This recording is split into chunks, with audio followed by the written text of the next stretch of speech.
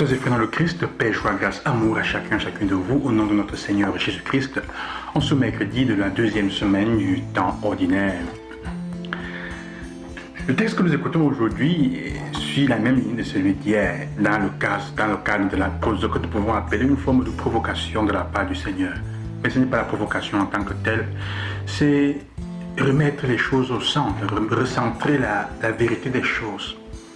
Alors il entre dans le temple et on lui amène et il trouve cet homme qui est là et qui a la main séchée, probablement paralysé. Et le texte nous dit que les pharisiens et ceux qui étaient là voulaient le mettre à l'épreuve pour voir s'il aurait guéri cet homme-là le jour du sabbat. Jésus fait une chose qui est fantastique, un geste qui en lui-même parle et nous est déjà un message pour nous. Il appelle cet homme, la main est atrophiée, et il le met au milieu. Le texte nous dit, il le met au milieu. Et il pose une question fondamentale. Est-il permis le jour du sabbat de faire le bien ou de faire le mal? De sauver une vie ou bien de la tuer? Ça, c'est la question des questions. Parce que le problème de fond ici, c'est quoi? Allons-y. Et on nous dit qu'eux, ils se taisent, ils ne répondent pas.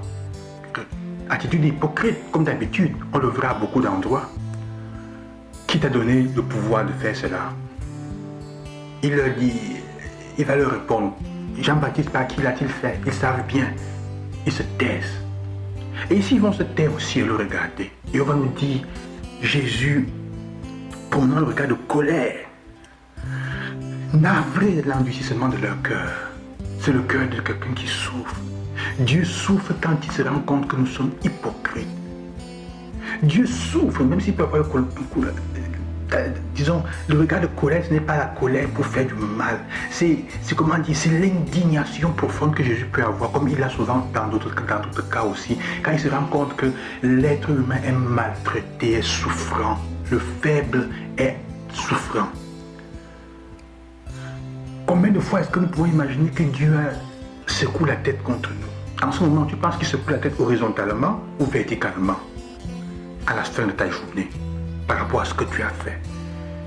Donc, navré de l'endurcissement de leur cœur, il dit à l'homme, étends la main, il guérit l'homme. Le texte nous dit à la fin, il sortit sans rien dire, se réunir pour le faire périr. Et ils vont justifier ce qu'ils sont en train de faire.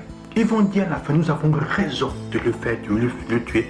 Il nous a humiliés et il est allé contre la loi du temple, contre la règle. La même loi du temple qui a été faite, la même règle, les mêmes commandements qui ont été donnés par Dieu pour la vie, pour entretenir le bien et la vie des personnes sont utilisés en ce moment contre la vie. Elles sont devenues rigides. Ils vont se servir de cela, justifier leur geste.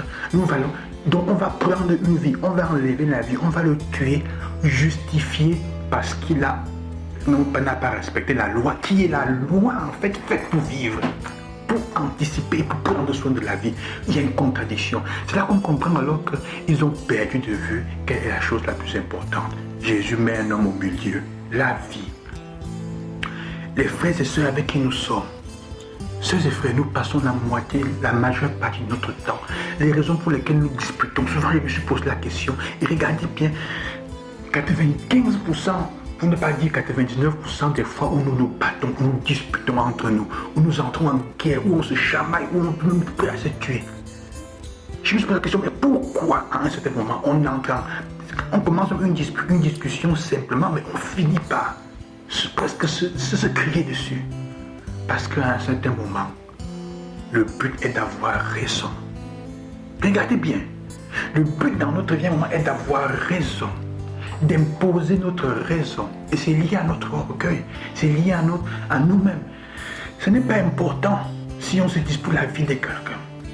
La vie est en danger, le besoin de quelqu'un est en danger. Non, ce n'est pas important. Non, c'est dit qu'à l'heure, si je dois fermer pour faire ça, quelqu'un arrive, oh, je suis en difficulté. Non, ce n'est pas important. Jésus dit, c'est l'autre qui est au milieu. Il faut qu'on se rende compte. Sinon, on devient fondamentaliste. On en a un fondamentalisme religieux. Et on en a un fondamentalisme religieux quand on perd de vue la vie concrète des personnes. leur souffrance concrète, le fait, leur histoire concrète, l'histoire concrète dans laquelle ils ou elles sont, leurs conditions spécifiques. Quand on met tout dans le générique et on ne prend pas les choses une à la fois, on finit par devenir fondamentaliste et on tend à toujours justifier « j'ai raison ». Regardez dans votre vie, prenez la peine aujourd'hui à la fin de la journée de vérifier vos conflits. Vous allez vous rendre compte que la majeure partie du temps, j'ai raison. J'ai raison. Même quand vous sentez que quelque part vous avez exagéré dans votre réaction, pour vous justifier, pour avoir le cœur en paix, on dit souvent non, j'ai raison, c'est moi qui ai raison. Donc c'est justifié que j'ai agi comme ça, même si j'ai humilié l'autre, même si on a détruit les relations, même si on a tout cassé. Jésus fait comprendre que quel que soit l'acte que tu poses, quelle que soit la raison que tu as, quel que soit ce que tu es en train de défendre, si cela met en danger la vie de l'autre ou est au détriment de la vie des autres, tu es dans l'erreur. C'est faux. Et il secoue la tête parce qu'il est désolé de ton endurcissement. Un moment, ça veut dire c'est mieux de donner sa propre vie plutôt que d'arracher celle des autres. Évidemment, ce n'est pas aussi drastique, mais l'important, c'est sauver la vie. Et j'ai fini avec cette histoire. Un maître demanda à ses disciples à quel moment est-ce que il fait commencer à faire jour. Quand on commence à voir les arbres, dit un disciple, le maître dit non. Quand on commence à voir la lumière, quand le soleil commence à sortir, le maître dit non. Ils ont dit une série de choses, le maître dit non. Après il dit, quand tu es capable de reconnaître le visage de ton frère dans celui qui s'approche de toi, alors il fait jour et on ne trouve pas les raisons. Que le Seigneur vous bénisse et qu'il vous accompagne. Aujourd'hui, j'espère que vous ne lutterez pas pour avoir raison, mais pour que la vie soit encouragée. À demain, que Dieu vous bénisse.